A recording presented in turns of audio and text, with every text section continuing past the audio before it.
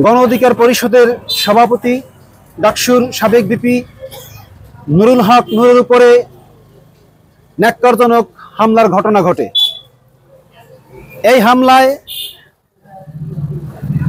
আওয়ামী লীগের তথা স্বৈরাচারের দোসর হিসেবে জাতীয় পার্টি সহ তাদের কুচক্রী মহল তার উপর ন্যাক্কারজনক হামলা চালায়। আমরা এই হামলার তীব্র নিন্দা ও প্রতিবাদ জানাই।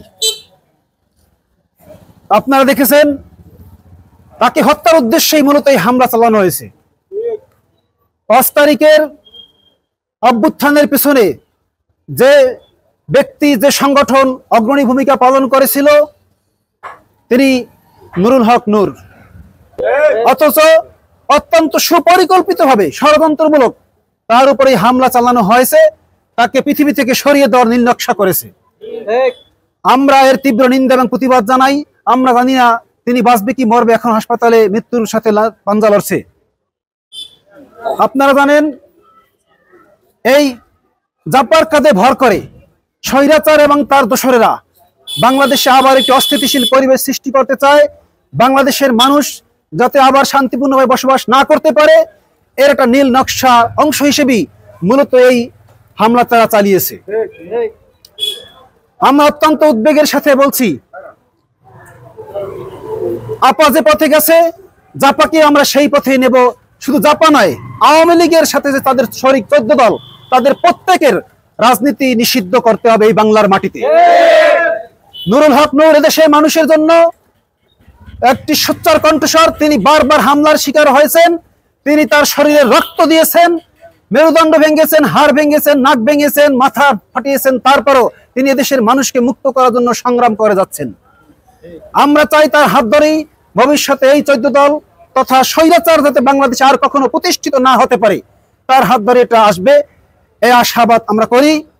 এবং এই হামলার মধ্যে দিয়ে এটা প্রমাণ হয় যে এই জুলাই অভ্যুত্থানের যে স্পিরিট, জুলাই অভ্যুত্থানের মাধ্যমে যে দেশে পরিবর্তন ঘটেছে সেটাকে নস্যাৎ করার একটা নীল নকশা।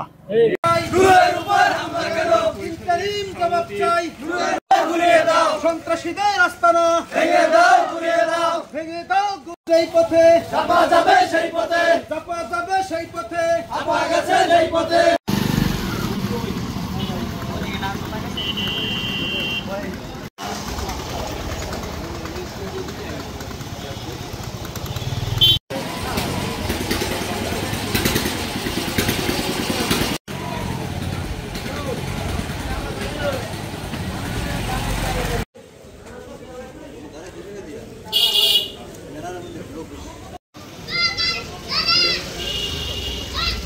ঘুম দিয়ে তাকাই গাইছিলাম,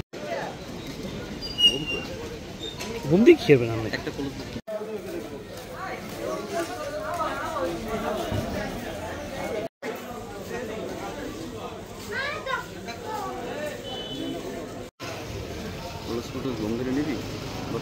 পরে পরে